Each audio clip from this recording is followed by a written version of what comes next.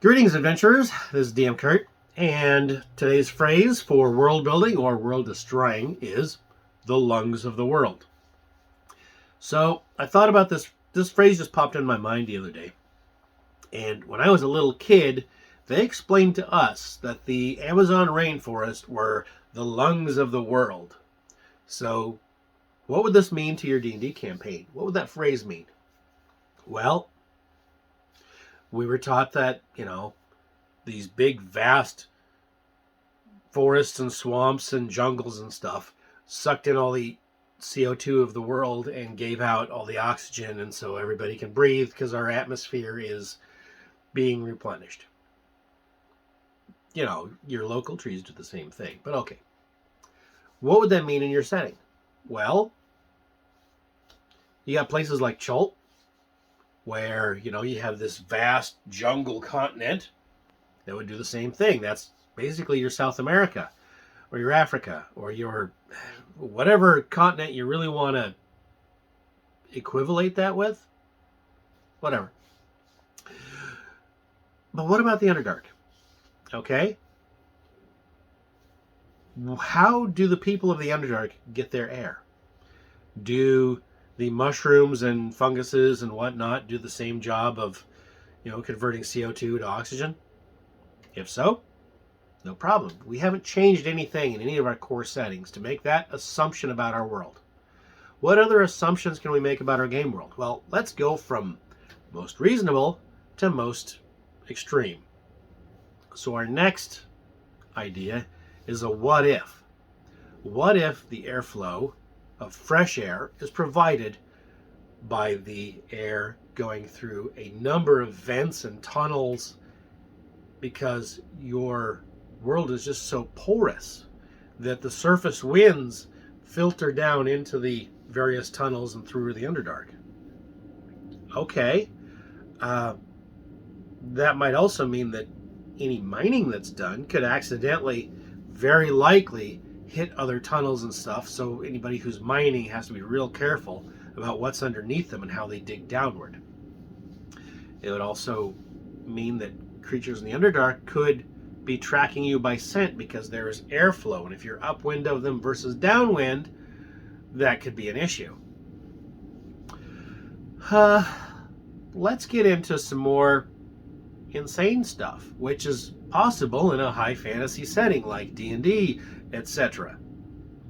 What if the lungs of the world, what if the source of all the air for all these underground creatures was something different?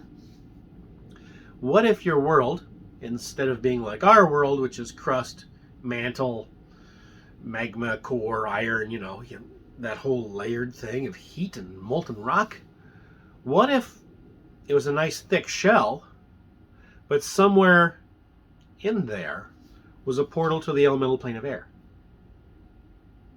I mean, we're just talking crazy world building stuff. But if that was true, then this portal would spawn out air elemental creatures. Invisible stalkers, even the Aarakocra, but they're kind of claustrophobic by nature, so they're not going to go into these Underdark tunnels. They're going to stay on their home plane. Okay. It makes it interesting, because then where do you get your magma for all your volcanoes? Do you have just thin pockets for some reason underneath your handy volcanoes? Because whenever the module or the adventure or your plot idea calls for a volcano, you just pop one there. Well, if you don't have a molten core to your planet, what's going on? What if you have a nice thick crust of your world, your planet, and somewhere, here's your planet. You have a section about that big that's not planet. You have this much crust, this much void. And in that void, there is some mega colossal creature, right? It's in a magical slumber. It was trapped there by the gods millennia ago. Okay? So that's your world. And this creature is slowly breathing. In and out. In and out. So in various Underdark tunnels, there'll be a little bit of an airflow, but it'll reverse like once every year or two, because there is something massive that is slowly pumping air. Slowly. That would be some wild stuff. Okay? But you know what's going to happen. Whenever there's some sleeping, world-ending monster type thing, some crazy little cultist groups are going to try to wake that thing up. And let's say they succeed. What would happen? Well, that creature would break free. Now you have this planet being burst open from the inside. Okay? You're having your normal day. All of a sudden there's an earthquake. Massive earthquake. And your continent basically flies off of the rest of the planet. The planet breaks apart. And you see this massive creature, size of your continent, just eats another continent-sized chunk of land and then flies off into wild space. Okay? You just saw this thing in the sky. Huge. Huge. Unimaginably big. And your world as you know it is destroyed. Your world is not a sphere. Your world is now basically this bent piece of paper. It's concave on one side, convex on the other. That's the outside. That used to be the Underdark, but your oceans are going to drain off the edge and fill into that pocket, because we're going to use Spelljammer type gravity rules. Okay, what happens when the seas drain away rapidly? Your coastal towns now face mud flats. Your lakes should be fine, but the earthquakes may cause cavernous chasms to open up and start draining the lakes. Your rivers drain off to where? You know, the ones heading towards the ocean go out into the mud flats. And if that's, you know, if they're big enough to go all the way to the edge, then they'll suck up underneath, because it's going to attract to the gravitational well of this. Now you have a flat Earth. Seriously, flat Earth theory becomes possible.